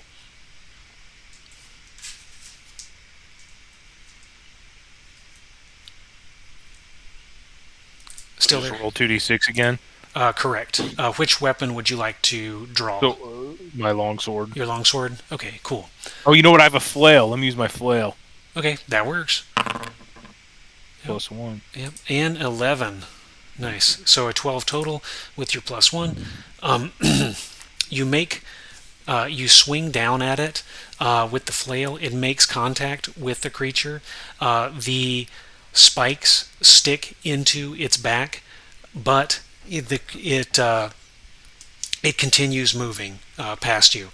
The impact resembles when you, as a kid, in real life, as a kid, if you ever played t-ball, when you missed the ball and struck the tee itself, it moves with the impact, but it kind of rumbles back as though an inanimate object, ignorant to the fact that it's been struck. So flail's maybe not the best choice. Yeah. Now you think you made impact. It's just these creatures feel no pain, and they may need dedicated concurrent. So what we had done away with hit points. Yep. I think I'd mentioned this. Forgive me if I had not. We had done away with hit points, and so in order to kill creatures with multiple hit dice, you have to hit them multiple times in a turn. So you inflicted a hit, but it would need to have been hit twice in order to suffer a consequence. Does that make sense? Yes. Cool. Yep. So it will attack Bodemel, and it will roll a 7 versus his light armor that is insufficient. So it attempts to bring its fists down on him, and he parries it with his long sword. Next up, declaration. What is the name of the game for the party? You guys just gonna do Focus. melee? Let's focus fire on one of them. Yeah. Cool. And you presumably the halfling should come in from behind. Yeah, backstab, you little bastard. Yeah, I mean, go Lucky. Bodemel. Yep, the Can Lucky Bodem- the halfling comes in. So, all right. So Referee, I know I can't like. Oh, go ahead. I was going to say, can Bodemel back out of combat with draw? yes, he can move out of combat. He can move up to 30 feet. So long as he doesn't move through a controlled square. So he would not be able to say do this number, but he would. We'll move it. Oops, we'll move him back to where he was. He would be able to move back this way, or he would be able to move south. Yeah. He I can think he's move gonna up wanna to get out of there. yeah. He can move up to 30 feet without suffering consequences. I think 10 feet or so is enough. Okay, so Referee, I was going to ask. I've got my 10-foot pole, and I know it's not going to do any damage. But from the second rank, could I like try and like thrust it into one of these creatures' face, just maybe put him off balance, like maybe give like a +1 to one of my mates who's attacking, just to try and off balance or distract it, something like that. you could attempt to strike it. Sure. Yep. Absolutely. We'll treat that. We'll address that in the melee phase, and I'll have you just roll the attack, and we'll see how it goes. I didn't want to blindside with it. That's why I told you. No, yeah, no, that's great. I love the creative thinking. So it will not be as effective as a real weapon would be, but it would definitely have an impact. So, all right, cool. So Yeah, that's kind of, yeah. so you wanted Bodemel to go south or east? East. Okay, east. So he'll back up about 10 feet east. Oops, what did I break here? Nope, with this. Perfect. Yep, we're there. So he backs up about 10 feet east. He comes in here, and let's see, they moved in last turn. Their effective weapon length is 4. The flail is a 7. What melee weapon would you like to draw, Hobbs? Morning Star. Your Morning Star, got it. And so the Lucky will draw his knife, his dagger, and will attempt to shank. The shank will have the initiative. All right. He puts it. So he's able to inflict a hit on this top one. Next, let's see. I'm sorry, you told me what you were using, but then I immediately forgot. What were you using, Hobbs? Morning Star. The Morning Star. Okay. The Morning Star. All right. So next up, the creatures will go. So I'm going to roll a d3. The top shambler will attack on a 1. Lucky 2, Taganus 3, Dorzel. A 3, he will target Dorzel. Ooh, okay, that is a 12. He will inflict a hit. And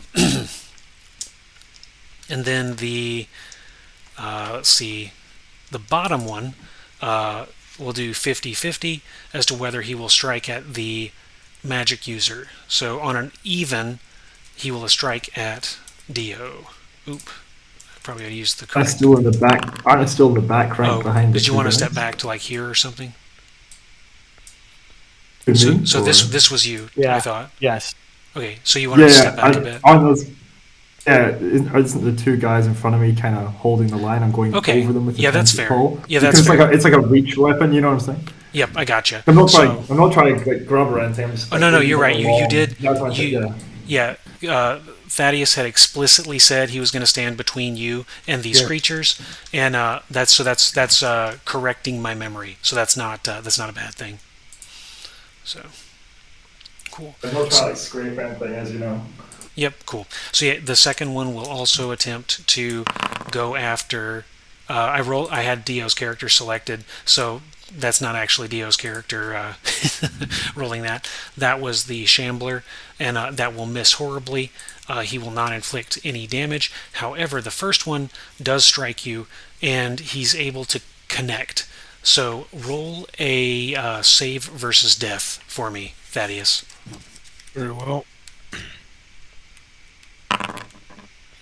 Ooh, that's not good. So as a fighting man of first level, nope. You were looking for a 12, so that's a failure margin of 7.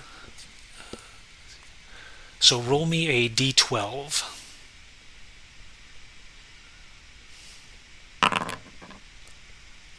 Yeah, we'll try that one more time. That's a d212, yeah.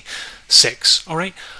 So the creature claws at you and is able to find purchase on soft flesh for the next. Let's see. Oh goodness, yeah. For the next 6 days, you will suffer a -2 penalty on all dice rolled. Jeez.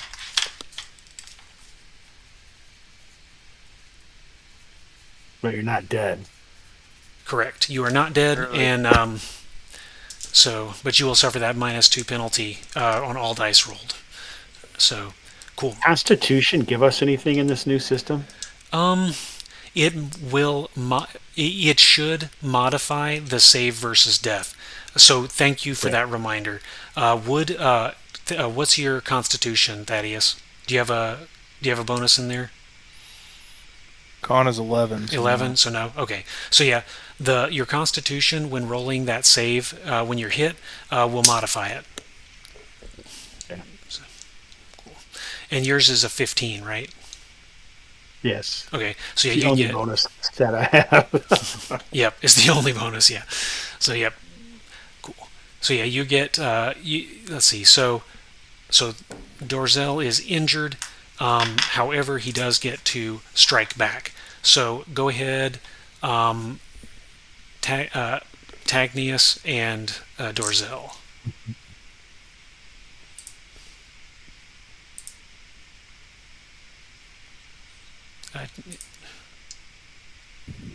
Oops. Sorry, what was the injury you got again? I didn't quite hear. What was the injury?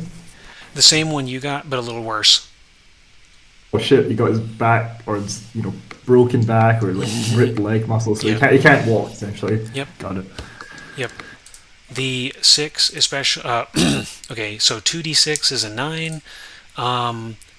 That is sufficient to inflict a hit. Thaddeus, do you want to make your attack also? Yes. But remember, I'm switching to a longsword. Okay.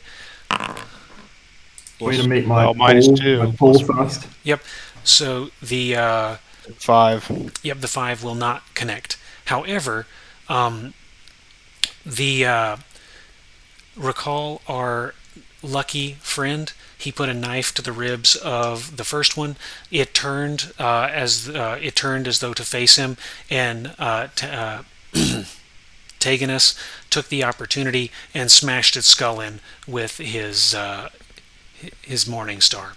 So the other one goes down. There is one of the creatures remaining. Right. What do we do next? What's up next? Piling Did in. did you want Yeah, to roll finish. my pole thrust on the last one? Oh yes, we should do that. So yeah, roll. We'll go ahead and roll here. Roll. You can.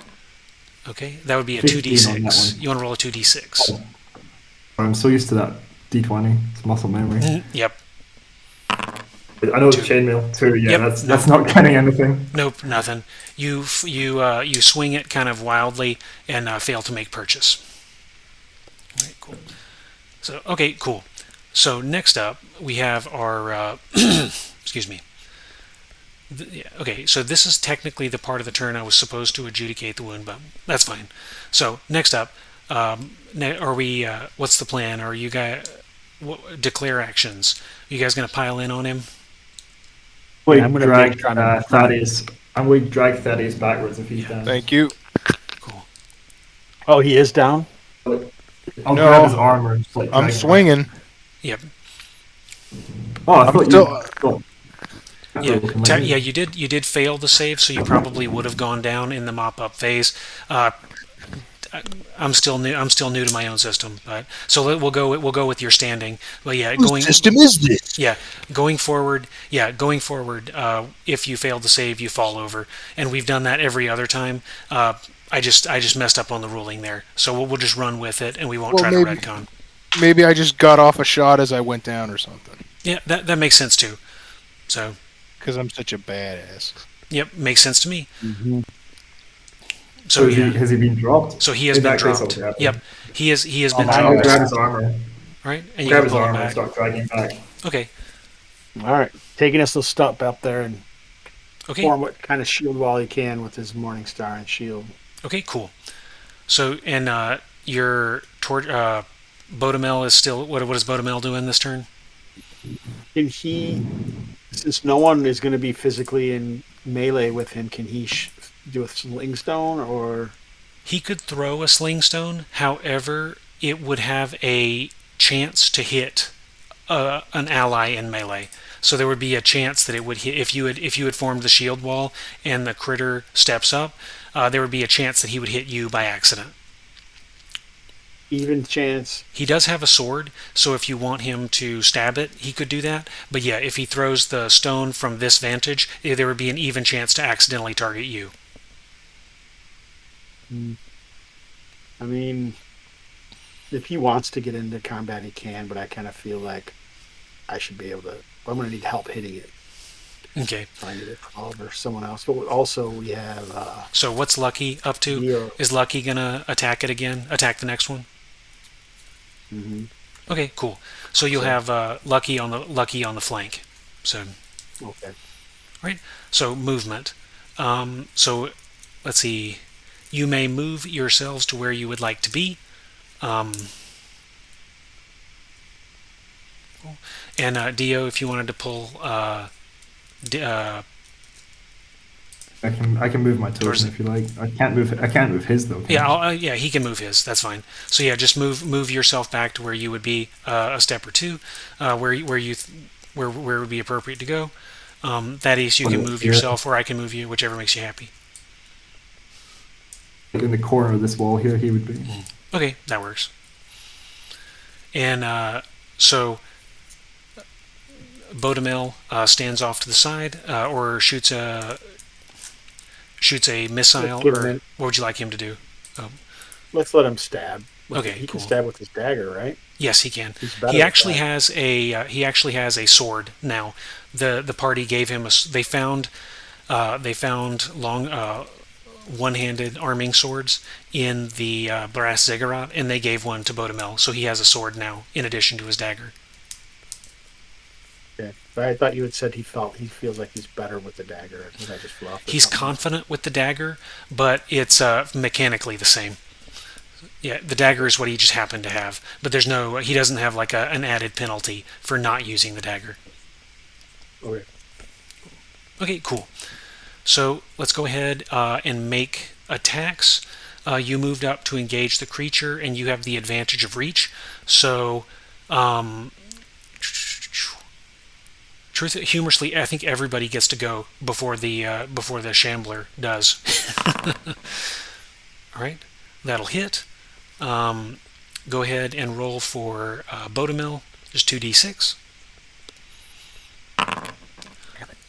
That will, I think that will not. Yep, that's barely not quite enough. And then we'll roll for Thaddeus. Do you want to roll for Lucky? Okay. All right. Man, it's not Yeah, great. barely not enough. So you're able to make purchase. The other two, let's see, that's a 6. Yeah, barely not enough. So you're able to make purchase. However, the creature is again ignoring blows. So it will strike back. There is, let's see. We'll say I'll roll a d4. On a 1, it will turn to attack Lucky. On a 2 or a 3, it will attack Teganus, as Teganus was drawing its attention. And on a 4, it will attack Bodemil. On a 2, so we'll attack Teganus. 6. A 9. What is your armor layout? You are plate and shield? Plate and shield. Yeah. Cool. Okay, so a 9. Ooh. With a slam attack. Let's see. What was I treating that as? That's truthfully probably enough to hit. Way off of a. Oh no, heavy with shield. So I was looking at the wrong column. So plate and shield. That's just not quite enough. So he would need to roll a 10 to get you the plate and shield. Oh, that was luck on your side there, mate. That was luck on your side. Yeah, he needs a 10. So. He'd only be doing 1 wound, or he's been doing 2 wounds when he hits.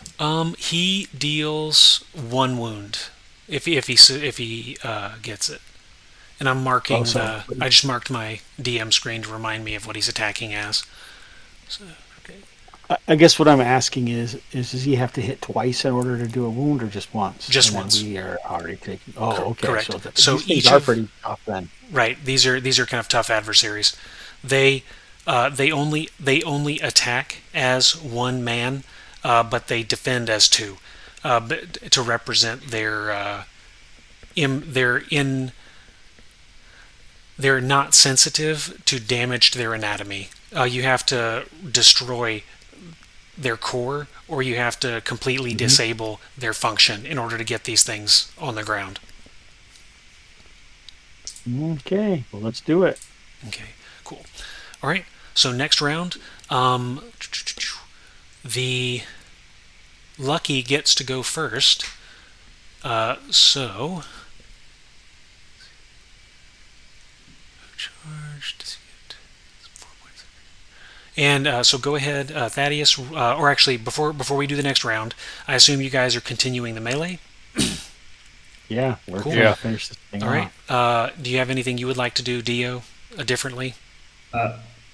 I think I'm just kind of making sure that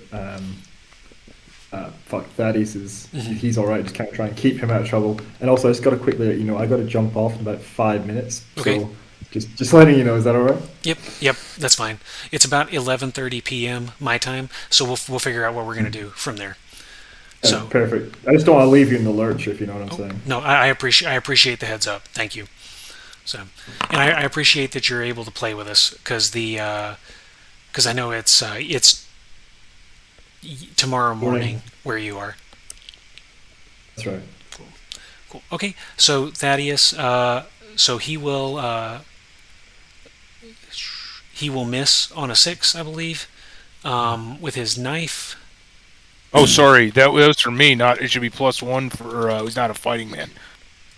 Okay. So yeah, It should be a 6. that should be a He's 6, not receiving right? a negative modifier. That was Correct. Yes, he is not receiving a negative modifier. So a 6 total. He needs a 7 to wound this thing with a dagger. So I thought. So next up, go ahead. I think the creature goes next. We'll do the same. We'll do the same. 1d4. It will attack Hobbs again. I will unselect Bodemil to make less confusion. And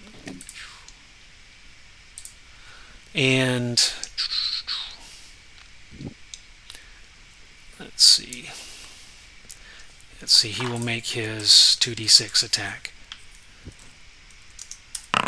A 7. Like I mentioned, he would need a 10 to hit plate and shield, so he will miss.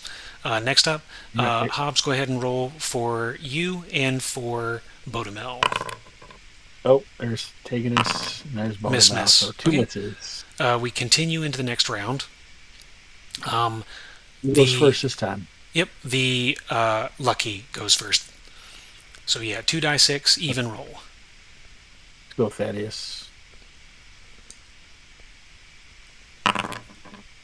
Yeah, there's 1. Yep, there we are. He will connect with that. Next up, the critter will roll. 1. He turns around to attack Lucky. Lucky is in lighter armor, so a little bit more danger. A 5 will miss. Lucky will dodge out of the way of the heavy and cumbersome blow from the creature. Next up, we have... Yep. Nope. Tagus misses. Bodemel. Nope. Oh, Jesus. also misses. Move into the next round. As I've been like, tending to Thaddeus's down, he wouldn't have to have like an oil flask amongst his satchels and bags, would he have? That's Thaddeus. Would you happen to have one of those on you? Like an oil flask anywhere? I don't have any oil on me. I have torches. Oh shit! All right then. Right. You still. I have a canteen. You may make. Recall, you had your 10-foot pole. You may attempt to make your pole attack if you so desire. Dio. So I can just use my dagger, can I? Yeah. Just dagger. Correct. No problem. The pole would keep it it at a bit. Yeah, the pole I would was keep gonna you at a say, distance. I want to keep it a distance, so I guess on the next round I'll make a pole attack. Right.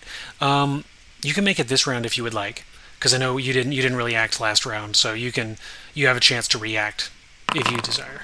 Right. So yeah, you'll want a 2d6 roll. Yay. Let's see, an 8. And so that is... He is defending as light, and 8, even with a penalty to 7, that will probably hit. And coupled with the strike from the halfling earlier, this creature crumbles. So, in the spirit of Matt Mercer, how do you let's narrate that. How do you want to do this? Sure. So it's just as you say, the halfling, comes up, buries its knife in its ribs. It kind of stumbles, and I leap forward with the pole, throw all of my meager body weight behind it, but it's enough that it gets it right in the eye, and just like burrows into its brain. I hear it like kind of cracking like the orbital socket in the back, and just straight into the eye. It just goes down. Yeah, and you shout, "I am no man." Oh wait, wrong movie. I was going to say, I look at the halfling and I say, I shouldn't have done that after you shot me, but you owe me one now. I love it. All right, well played. So, as a team event, you have been able to defeat these creatures. Wipe the goo off the end of my pole. What even were they? Like, you didn't really describe them. Are they like zombies? Are they like fishermen? How you didn't really describe them? Kind of like shambling creatures. But I didn't really get a look at them. What were they? At closer on closer inspection, they are human corpses. Human corpses that appear to have been animated with some foul magic. They appear moderately dead. So state of decomposition between 4 and 8 weeks, though it's hard to tell, as they are bloated, as though they had drowned. Interesting. Well, referee, I'm going to jump off just now, but if you're going to continue on for a bit, I'll just I'll kind of tell you what I want to do. Stick next to Thaddeus and kind of walk him around. He has his like arm on my shoulder, and essentially just like assist him getting around if you guys want to get out or keep going. Yeah. That's probably trying to. He's able to move about. Dorzel, you do have some pain moving around. However, it doesn't hurt your locomotion as much. It just feels like it feels you have that dice penalty, so you'd feel it's a muscular or a potentially a bone injury. How long did I say it was going to last? 6 days. So yeah, you think it's it may be a tendon that got thrown out of place, but so you're able to move around. It's just your breathing is a little more labored, and the strength isn't there as much as you're accustomed to it being. So you don't need help walking around, is what I'm trying to say. Well, I'm going to jump off now, but I'll just kind of try and stick with him, make sure he's all right, and see you around. Guys. Absolutely. Thanks so much for the game, and look forward to watching the review afterwards. Yep, it is 11:30 my time. Do we want to end tonight on a victory note and try to find a time in the next week or two to continue? Yep, that's fine. All right, cool. Sounds good to me. Thank you guys for playing. I will post I will post again in the Discord tomorrow, and we'll try to find a time in the next week or so to finish up. And we'll again. Yeah, we'll find that time. We'll finish it up. We'll get our recording done. We'll keep our audience in the lurch, and they'll wait with bated breath to see the fate of our intrepid explorers as they trudge through the belly of the Sunken Temple, housing a potential Gilled Horror.